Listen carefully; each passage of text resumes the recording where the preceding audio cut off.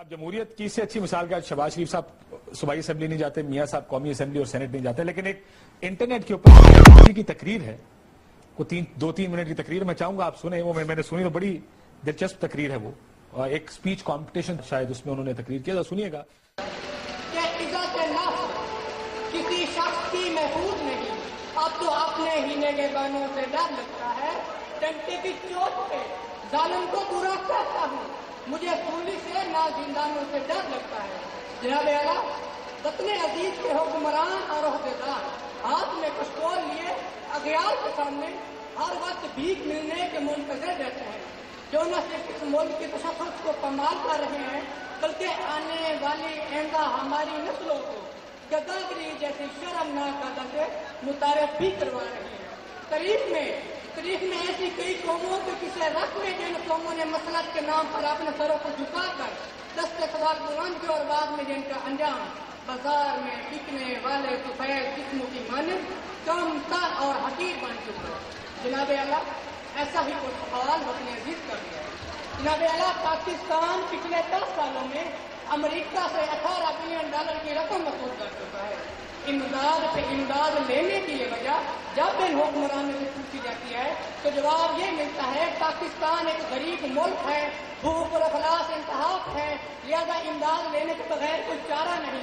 تو جناب اعلیٰ, میں نے سوچا ذرا ان کلمات پہ اقرار کرتے ہوئے اپنے گھر سے رہ نکل کر دیکھوں کہ امداد کے نام پہ ملنے والی اس بھیک نے میری ملک کی عوام کی حالات زندگی کہاں تک بدلے ہیں. تو جناب اعلیٰ, افسوس ہوا, بہت افسوس ہوا.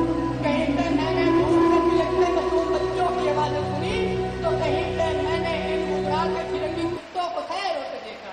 کہیں پہ میں نے بازار میں دکھتی آدم کی بیٹی دیکھی تو کہیں پہ میں نے وزیر اعظم کے تن پہ لاکھوں کا لباس دیکھا. کہیں پہ میں نے اولاد برائے فروخت کے نعرے سنے تو کہیں پہ میں نے وزیر اعظم اور حکمرانوں کے آگے پیچھے جاتی 10 مرسڈیز کو دیکھا. کہیں پہ میں نے آفیہ صدیق کی ماں کو اس کے انتظار میں تیل مرتے دیکھا تو کہیں پہ میں نے اس ملک کے حکمرانوں کو امریکہ کی خوشامد میں دن رات ایک کرتے دیکھا. میں کیا بتاؤں میں نے کیا دیکھا.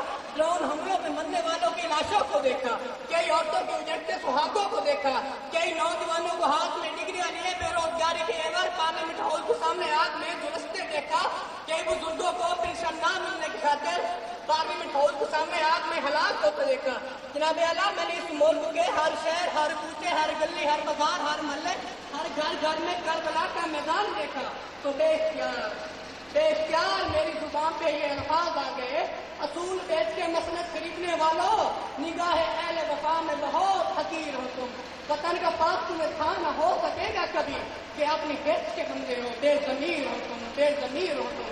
جناب اعلیٰ, چند روپوں کے اعلان اس ملک کی عزت اور توقیر کو گروی رکھنے والے ان حکمرانوں نے ہم سے ایک غیرت مند قوم چلوانے کا حق چھین لیا ہے. آج پاکستان اسی غلامی کی زنجیر میں جکڑنے جا رہا ہے جسے آزاد کروانے کے لیے کئی مسلمانوں نے اپنے لہو سے مکہ گاہوں کو سجایا تھا, کئی آدم کی بیٹیوں نے اپنی عظمتوں کو سرے بازار نیلام کروایا تھا, کئی شہیدوں نے یہ گلستان کو سجانے کے لیے اپنا لہو بنایا تھا. کیا یہی وہ پاکستان ہے؟ میں پوچھتا ہوں جناب اعلیٰ آپ سے, یہاں بیٹھے ہر شخص سے اپنے آپ سے, کیا یہی وہ پاکستان ہے؟ نہیں. دوسروں کے ٹکڑوں پہ پلنے والا یہ پاکستان تیرے اعظم کا پاکستان نہیں ہے. میں سلام کرتا ہوں ان تمام قربانیوں پر جو اس ملک کو بنانے کے لیے لوگوں نے دی, مسلمانوں نے دی, لیکن دیپ گن کے چند خواہشوں میں چلے, دیپ گن کے چند محلاتوں میں چلے, چند لوگوں کی خواہشات کو لے کے چلے جو کہ مسلطوں کے سایوں میں چلے. ایسے دستور کو, صبح نور کو میں نہیں جانتا, میں نہیں مانتا. میں بھی خیر ہوں تختۂ دار سے, میں بھی منصور ہوں قید و اغیار سے. کیوں جاتے ہو تم زندان کی دیوار سے, غم کی رات کو, چین کی بات کو؟ میں نہیں جانتا, میں نہیں مانتا, میں نہیں جانتا, میں نہیں